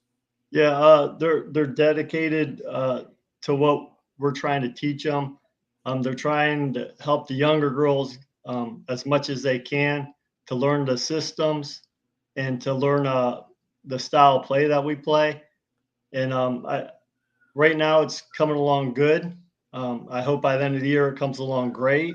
But as of right now, they're doing a great job. Is there, or how do you walk the fine line, I guess, is the better question, when going into a season, coming off of a win in the NE8 conference again, too, coming in first yet again? How do you walk that fine line of wanting to continue that tradition, continue the winning ways, try to compete for the conference again, but also make sure that those girls realize they don't have to be last year's team and they have to be their own team in their own right? Yeah. So, yeah, we've kind of, as coaches and or as a staff, been over that with the girls, that every year you lose key players or you lose players that contribute, and that this team's a different team and it's going to be ran by the seniors and juniors, and that they have to understand that things change, and they have to go with what we have. One of the players that is probably going to get a lot of attention this year is Ariana Daniels. I know she's returning for now being an upperclassman. One of those players that we're going to talk about probably needs to be a little bit more of a leader of this team this year. What have you seen from her? What makes her so special, and how important is she going to be to this team? Oh, yeah, she's a special player. She's a heck of an athlete.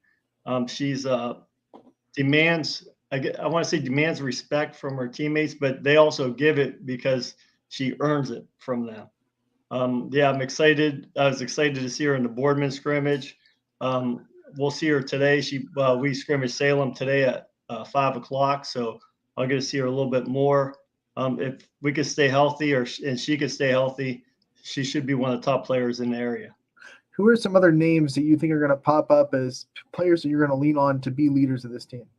In my junior class, probably Mary Brandt and Leanne Williams would probably be the two, and then I got two really solid sophomores, and Sophia Generalovic and Ava Blinsky. The last time Poland had a season under 500 was the 2015 year, and having that many years consecutive of just winning seasons, I gotta figure it takes something in those youth levels and just getting those kids to constantly feed in. How important are those youth levels, and what is Poland doing as a school, as a community, to get kids invested in the sport early on? Yeah, our youth program does a great job, and I thank them more than they know. But yeah, they tried their hardest to get as many young kids into the program as possible, and us as coaches, we try to go down when we can to watch, you know what I mean, to see what's going on with the younger youth. And I believe one of my coaches runs a clinic, a coaching clinic, and I hope that helps out. But yeah, the young kids are the future of our program, and got to just try to go down and help if we can. I know it's hard for us as coaches sometimes to get down there, but we try. We try, but they do a great job down there.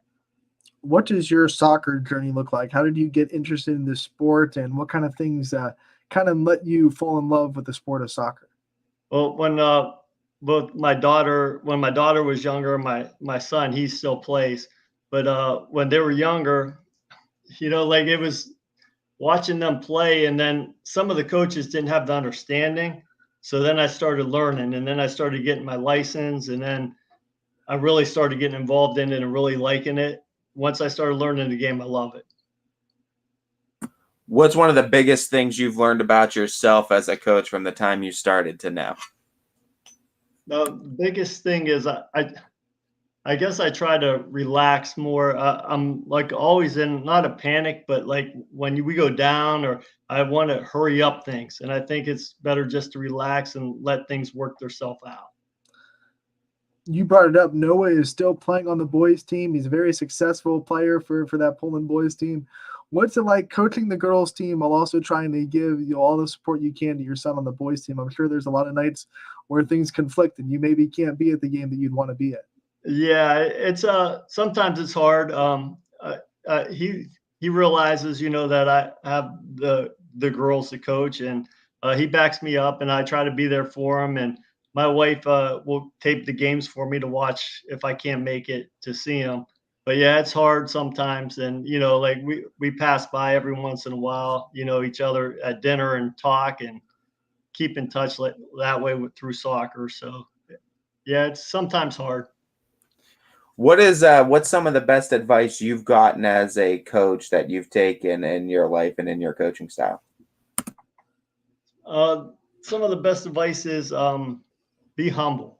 You know, be humble and you know, coach the way that you would want to be coached if you were playing.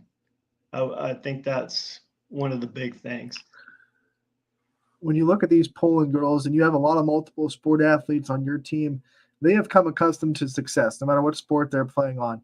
How much do you feel the successful culture and successful personalities on your team just kind of seep through that help you succeed? Yeah, that has a lot to do with it. Because I think, and I tell them, like, winning's a culture. Like sometimes, like before like there's teams that play and you're down 1-0 and they don't think they can win because they just never done it. But if you're down 1-0 and you're a constant winning program, you believe until last second runs off the clock that you can win. And I think that's a huge part of winning programs and winning success of athletes. They believe they could do it.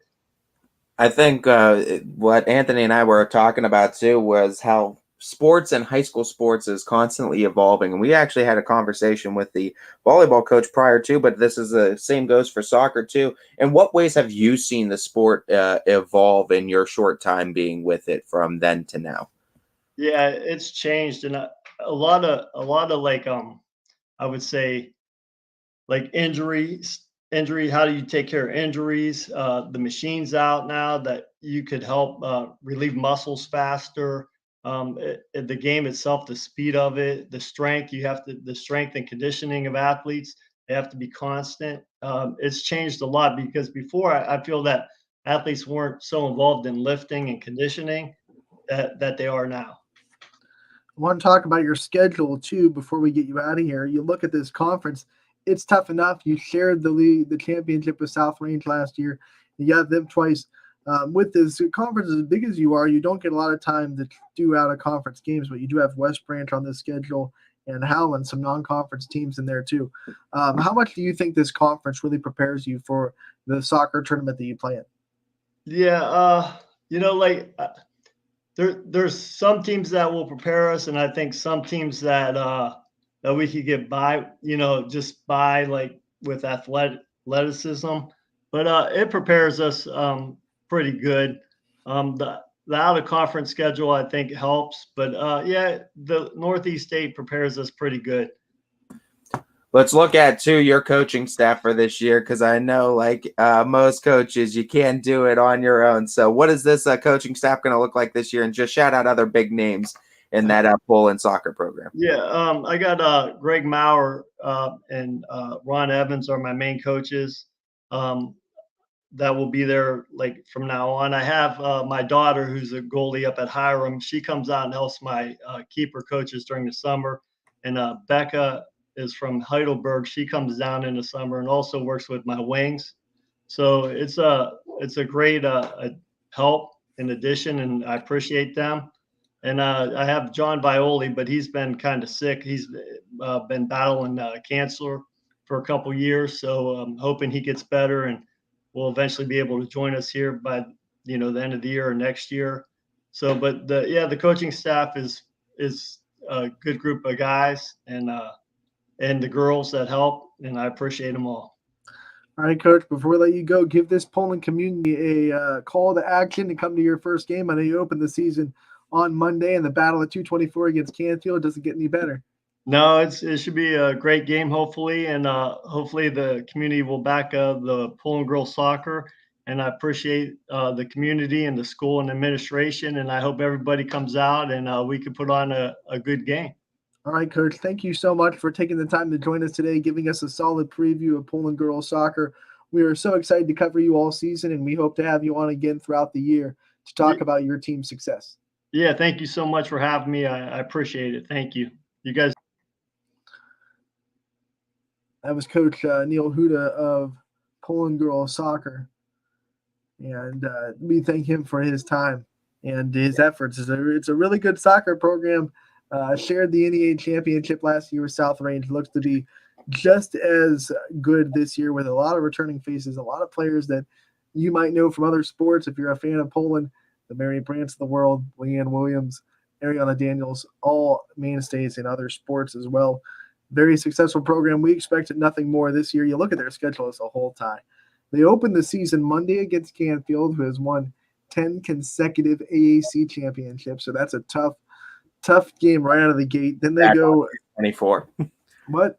The battle at 224. Right. It doesn't get any better, right? You have two reigning conference champions going to do battle with each other. As far as season openers go, doesn't get much better for a fan than to get out there on Monday. Then they go to Girard, and they have South Range, third game of the year. Could be a really important one. Could decide the NE8.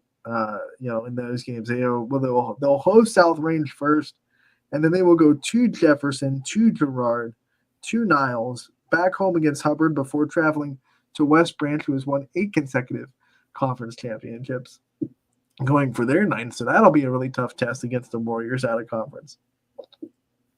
Then they host Niles, host Struthers. They'll go to Lakeview, to Jefferson, to South Range. They will then go to Howland, to Hubbard, to Niles, to Struthers, and to Lakeview to end the season. So long road stint to end the year as they have their last 1, 2, 3, 4, 5 games are all on the road. Yeah, but Poland, another one of those teams that has experienced success, 6 straight winning seasons for the Bulldogs, and they're looking to make it 7 going into this year. Like I said, 2015, the last year Poland fell below 500 in that girls soccer program. Yeah, I think this team is going to be. I think we gave some names of shout outs that are going to be mainstays in this program. Ariana Daniels is such an athlete, and I think her speed shines the most when she's on that soccer field. I mean, soccer is all about speed. How fast can you run? How fast can you get ahead of the defense, right? So her speed shines the brightest on that soccer field. So you're going to see her run like a gazelle in the soccer season. Can't wait to see it. It's going to be fun. And they open the season next Monday against Canfield. Should be a fun one, too. Like we said, a battle of 224 to start out. It'll be a great one. Look at that. Football has the battle of 224 back. I know it took a little bit of hiatus.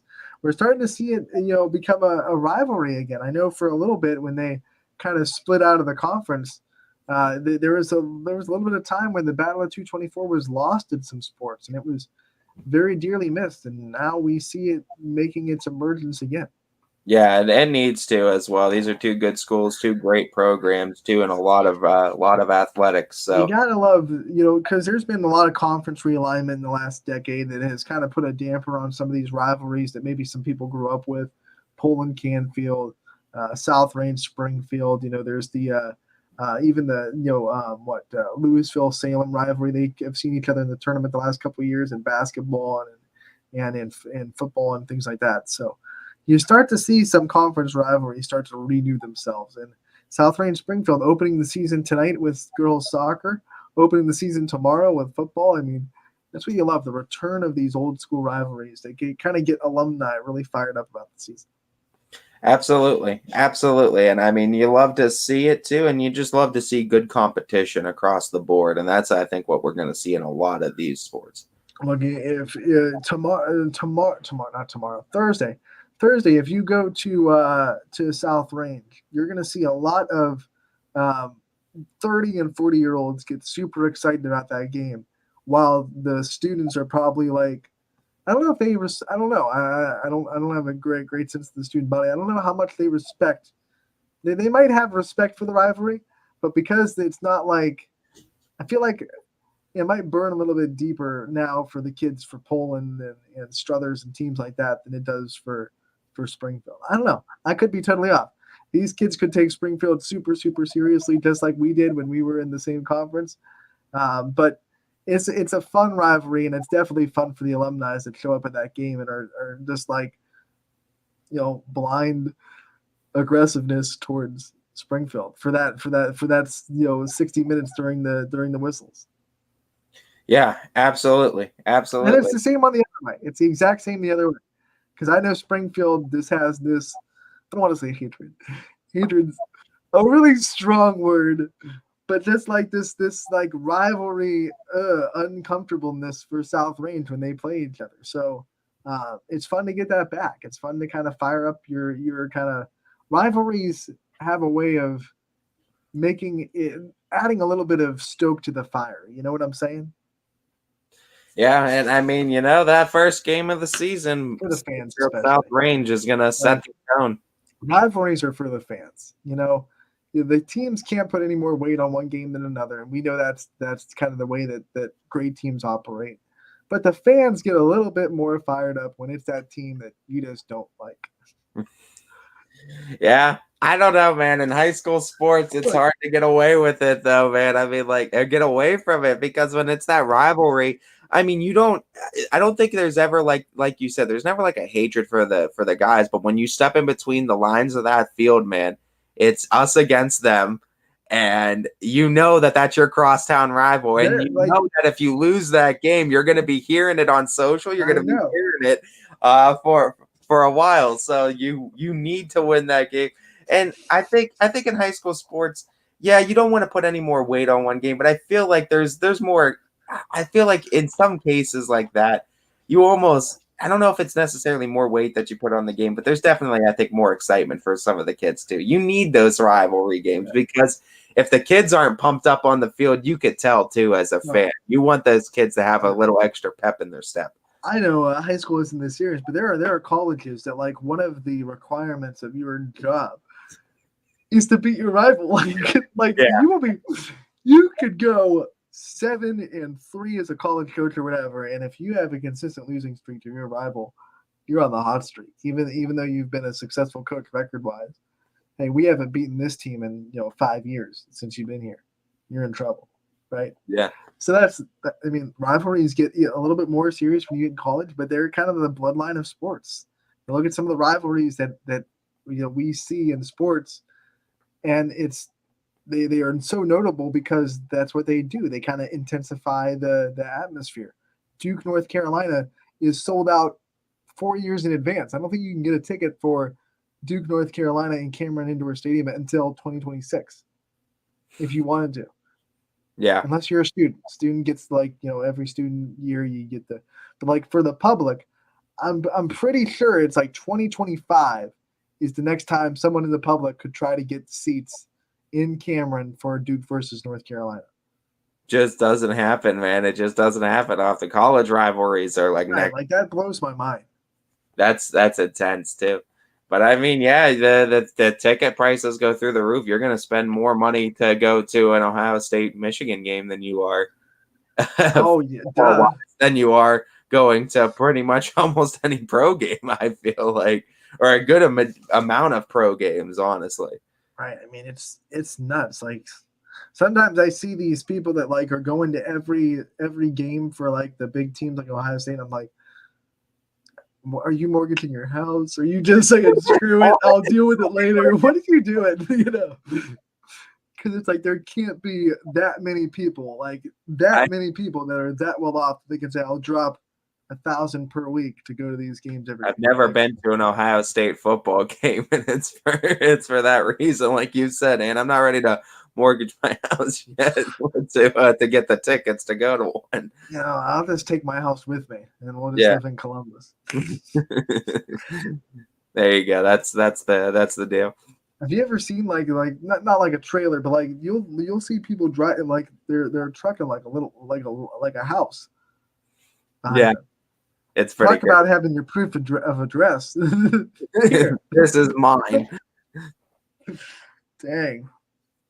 Oh man, no, but a great cast of coaches that came on and joined us today. We got to get into some of these programs, got to get into volleyball, got to get into soccer, and as it just builds the anticipation for fall sports that's right around the corner. We are now just a couple of nights away from football kicking off.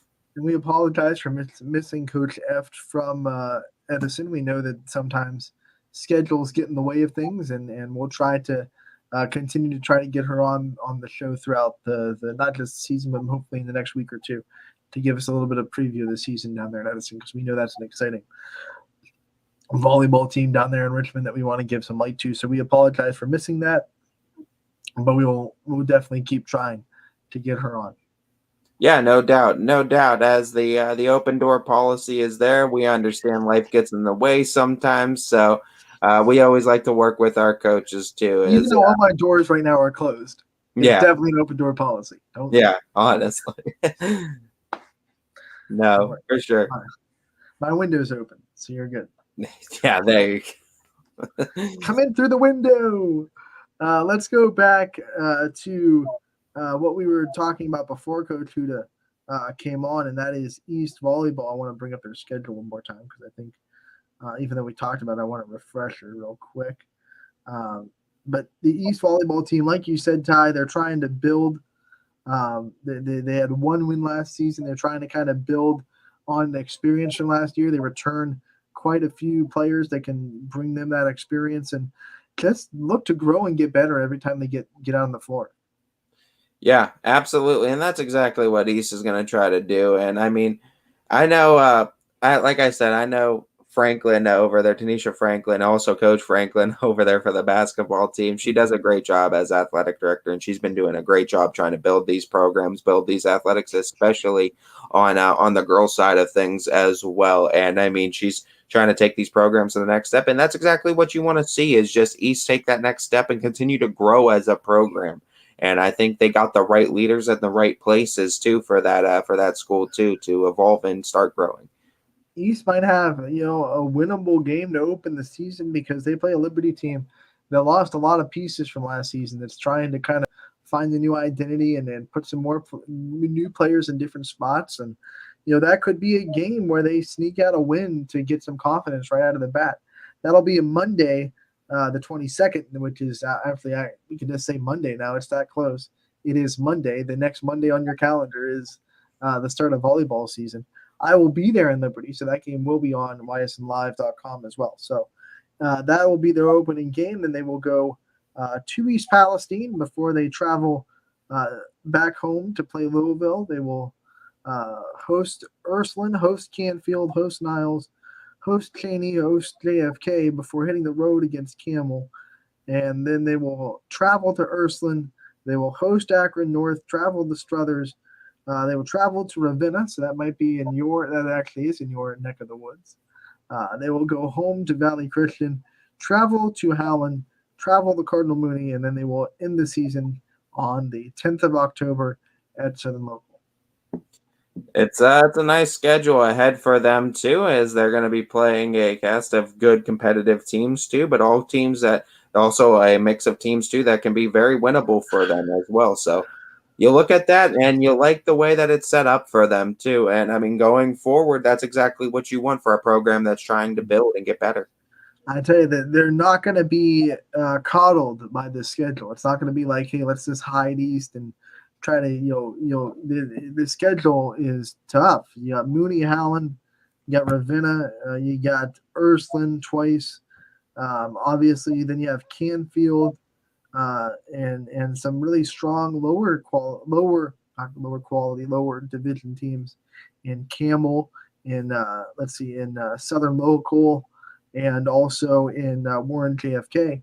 It's going to be, you can't hide. You can't hide from those teams. So, can you, if you don't win those games, can you use that experience and that competition to better yourself? I think the goal for East this season is going to be how much they can improve as a team from that Liberty game where they open the season to when they close the season at Southern Local. They're probably going to set those team goals and say, hey, can we get to this benchmark? Can we get to this benchmark? Can we, reach this goal, et cetera, et cetera? They're going to be obtainable goals, but goals that that will push them. And hopefully they can get to a good majority of those goals by the time they get to that Southern Local game at the end of the season. Just got to take it one step at a time. That's going to be the biggest thing for the Golden Bears this season. But I think if they're able to do that, I mean, you just want to get better, right? Even if you get one win better, you're better than last season, right? So you just constantly want to improve. And, that's like what we said. That's just one of those situations where the only way to really trend is upwards for East as they continue to build these programs back up. And let's see what the Bears can do. Cheney is in the same boat, and it is the last team out of the Steel Valley Conference that they are trying to grow in and become a better team and get better every day. They open the season Tuesday, August 23rd, as they host Howland, and then they will travel to Akron North before hitting the road again against Ursuline. They'll host Mooney, host KFK. They will go to East, to Bloomfield. No, they will host Bloomfield. I'm sorry, to East, host Bloomfield. They will go to Painesville Harvey before they host East Palestine. They go to Canfield, to Harding.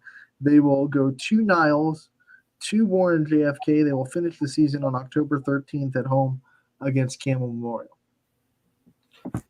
Should be the schedule wise, it looks like it's again one of those schedules where there's some very like East. You can't hide from it. The competition's going to be really good. They're going to bring a lot of talent into their gym. You got to just kind of expose yourself and look to get better every day. So it's got to be the goal for Cheney. And when Cheney and East do lock horns, Cheney got that win over East last year too. So that's gonna be East Side versus West Side. That's always a good rivalry too. And that's a great game for both programs to play each other that are both trying to build to still kind of keep that rivalry intact and kind of both be in the same place because it's going to be a competitive ball game. So obviously in this conference, Mooney is going to have that target on their back. They've kind of been running it. But Ursuline has a couple of young players that are going to be coming up with one more year of experience under their belt. And, of course, these next two teams in Cheney and East are just trying to take the next steps as a program and get a little bit better every day. So should be a really fun Steel Valley Conference. Only 4 teams in it, so you have a lot of non-conference games to sharpen yourself for the tournament. So you expect that when these teams do get into the tournament, they will at least be prepared for the competition they're going to see. That's for sure. Yeah, no doubt at all. As that once the tournament does come around, these teams are going to be more than ready, and that's all you can hope for, right? Is that if you're not going to be able to win every single game, at least you could take away some positives from it. Is that it's going to prepare you for a tournament? Is you want to get better in some way too. It doesn't always need to be a win, even in losses too. There's ways to get better. All right, Ty, we have 2 teams in the Northeastern Athletic Conference, and that is Badger and Windham. And I think looking at the clock, we have enough time to get through both of those and check off their schedules off our volleyball list. And when we go to Badger, they open the season on Tuesday, August 23rd at home against Conneaut. And then they will go from there, and they will host Bloomfield before traveling to Windham. Then they will host Lordstown, go back on the road against Matthews. They will host Ursuline. Then they will host Bristol, host Chalker, and then they will host Fairport Harding before finally hitting the road to Ashtabula St. John. Then they will play away against Chalker, home against Maplewood, away against Pymatuning Valley, back on the road against Fairport Harding, and then they will host Matthews. They will go to Maplewood, host Pymatuning Valley. They will host Campbell. They will travel to Warren JFK, and they will end the season on October 13th on the road against Heartland Christian. Well, all I have to say is place your bets because it's the Betts family that's going to be taking over there. Don't bet on high school sports. Yeah. X. Big Hannah Betts and Sarah Betts are a couple bets you are going to want to play because these two are going to be coming back for this season, presumably. Hannah Betts is the top kill getter from a year ago at 138, did it as a sophomore. Excuse me, as looking over too, as Sarah Betts, though, serving-wise, had the most aces on the team, sitting at 35, your dig leader from a year ago, too. And Sarah Betts was second on the team at 282. You're also going to be bringing back Hallie Myers that had over 300 digs a year ago. She was a big number. Coming back for her senior year as well. That's going to be huge. And also, what's nice is they lost Smeagol, which was one of their setters, but they used 2 setters as well. And one of them, a freshman in Gabriella Miller, had 200 assists a year ago, did it as a freshman coming back, presumably for her. That always makes you wonder if they're going to, transition to a 5-1 with that one setter, or if they're going to find someone else to also be a setter and still stay in that 6-2 offense. It depends. I mean, it depends on how much height she can get on her vertical, how well she can play net defense. 5'4" too, so kind of one of your standard setter heights too, not on the tall end for that. So it depends on how it is with But net. she's got a 40-foot vertical. Oh my god. 40 inch, not 40 foot. 40-foot vertical. That'd be like Superman. Like buildings. I was like, well, she's fine. We don't need to worry about height with her. That's how you know Anthony's not a professional talk show host. There you go. If you're intimidated by my talking ability, don't be. I'm just here for the ride. Here for a good time, not a long. I'm here for a good time. Just to go back, story time real quick. Last Thursday I got messages. Your sound doesn't really sound right. It's kind of muffled a little bit. And I'm like, the settings are right. I don't know what's wrong. I tried to troubleshoot it after the show. And then Anthony realizes the whole show on Thursday he was talking to the back of the microphone instead of the front. There it is. And did it again. So once again, I'm not a professional. So do not be intimidated by me at all. No, but I would be intimidated by Badger too with the way they ended last. Absolutely, be intimidated by the Braves. 9-game win streak or 9-match win streak, going into including tournament games before, obviously bowing out to a team to Southern last year as well, but winning 9 in a row. They were definitely one of the hottest teams going into that tournament and stayed hot through a couple games in the tournament. They're going to look to come out and continue that with a lot of young talent coming back. And of course, we know that Southern team, we talked about it, man, from a year ago. And when we were talking about all the stats that they had, Ashley Schroed's another big one that was featured. We said that team was going to be great this year too, because they were young and they bring in a lot back too. So Southern going to be another one of those teams you might have to run into if you're Badger. Because YSN hasn't trickled into the rest of their conference yet, a lot of non-YSN matchups on this schedule, but some of the key games that you'll see that they do play YSN schools. They do host Ursuline. They do play Camel Memorial. They do play JFK, and they do play Heartland. So actually, the last 3 games of the season are all against YSN schools. And then, of course, they play Wyndham twice, who is, once again, one of the conference rivals. So the Bombers. Speaking of Wyndham, let's move on to their schedule and what they have to look forward to this season. The Bombers, they're a successful program as far as their history goes, trying to get back to that currently. But like I said before, you can't count out successful programs for too long. No doubt. They open the season on Monday against Newton Falls at home against Newton Falls. They host Newton Falls. Then they will host Ashtabula St. John and host Badger before having their first road test of the season against Matthews. They will stay on the road against Maplewood. They will come back home to host Cocker. They will travel to Lordstown. They will host Rootstown, host LeBray before traveling to Bristol. They will then host Fairport Harding. They will travel to Cocker. They will host McDonald, host Lordstown. They will host Bloomfield before traveling back to St. John, going to Pymatuning Valley. They will host Bristol, go to Bloomfield. Then they will finish the season with 2 road games in a row against YSN schools non-conference. They will travel to Champion, and they will close the season on October 13th away at Waterloo. I think, the thing when you look at Wyndham too, down year considering what their success has been prior to 10-12 last year, still a solid season though for the Bombers amongst other schools though. And I think the biggest thing is you're bringing back your one of your top assist getters from a year ago too, and I think over 200 did it as a freshman, Quinn Justum. Mm-hmm.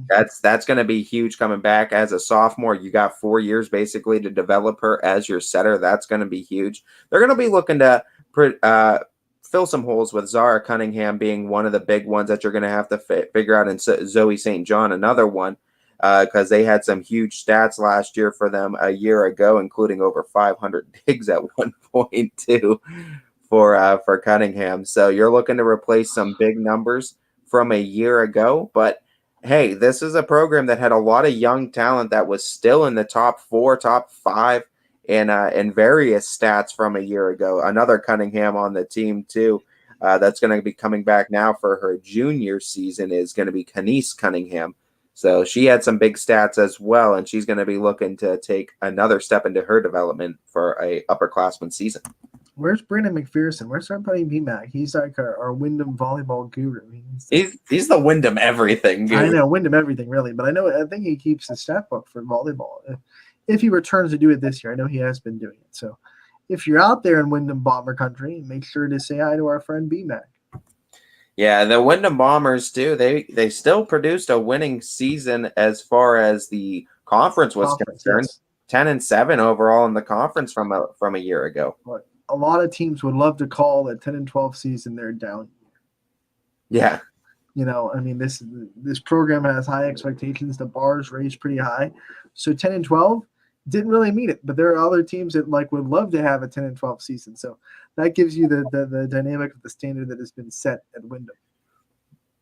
Honestly, yeah. And I mean, the biggest thing that's really interesting, not too many of their losses were competitive last year. So that's going to be the biggest thing is like those teams, you're just going to want to kind of close that gap a little bit too in your losses. So a lot of the losses too were a lot of sweeps that you saw in sets, and you're going to want to see the Bombers be able to take a set from those teams and just get better in that right too. It starts with being able to compete with those teams too, to be able to turn that record over.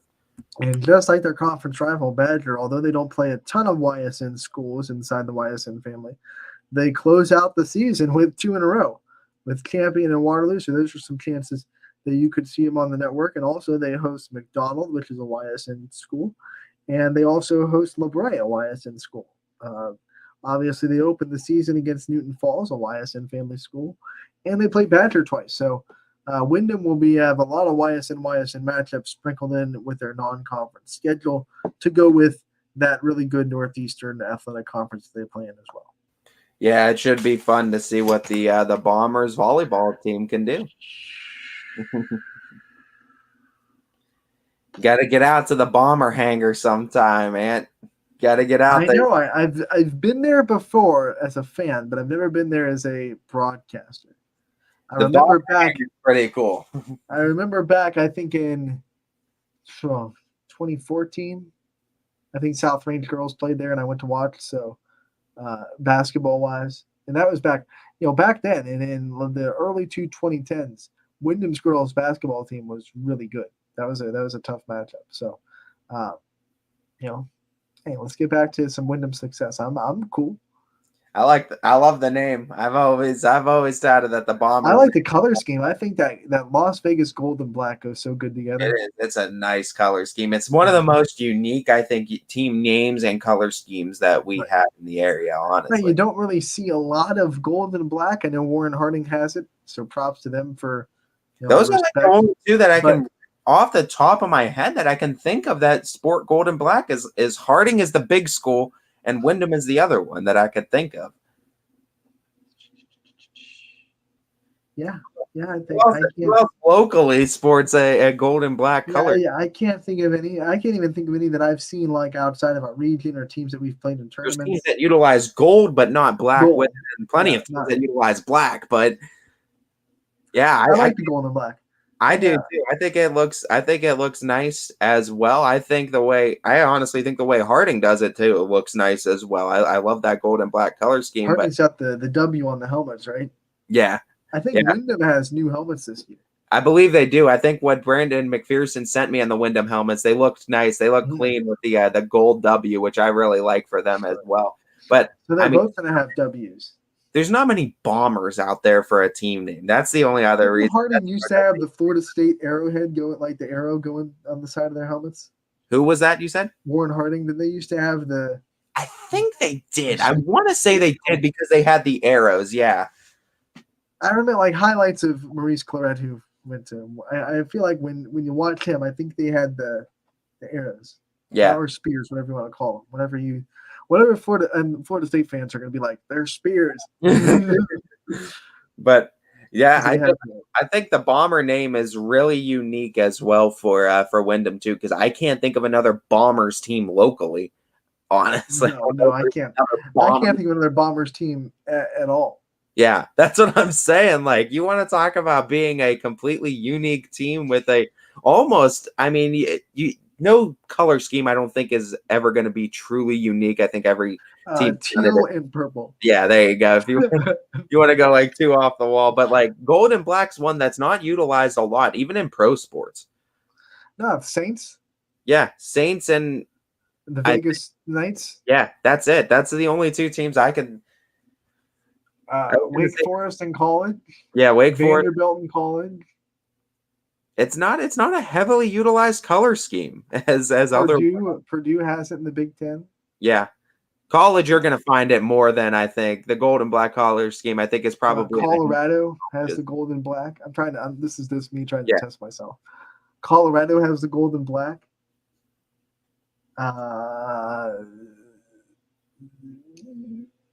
No Major League Baseball teams. I don't think have. Pittsburgh got the black and yellow, but I don't count yellow. That's not gold. Now people are calling it Vegas gold, even though Vegas wasn't the first one. The Saints. No, come on, the Saints have had it for a long time. Yeah, Saints have been doing that for quite some time. I can't. Yeah, there's not many. There's like a handful of colleges. That's where you're going to find the most of it. But like I was going to say, I don't think there was more than 2 sports teams that sported. I think I've named every I can't think of any other Power 5 Division I colleges that use that color scheme. I only named 5.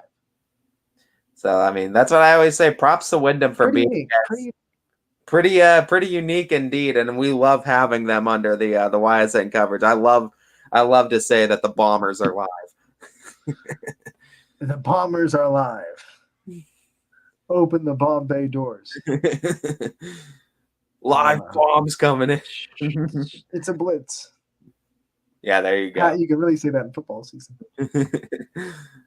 Bomber Blitz. That's a great name. That's got to be a name of a play in the playbook.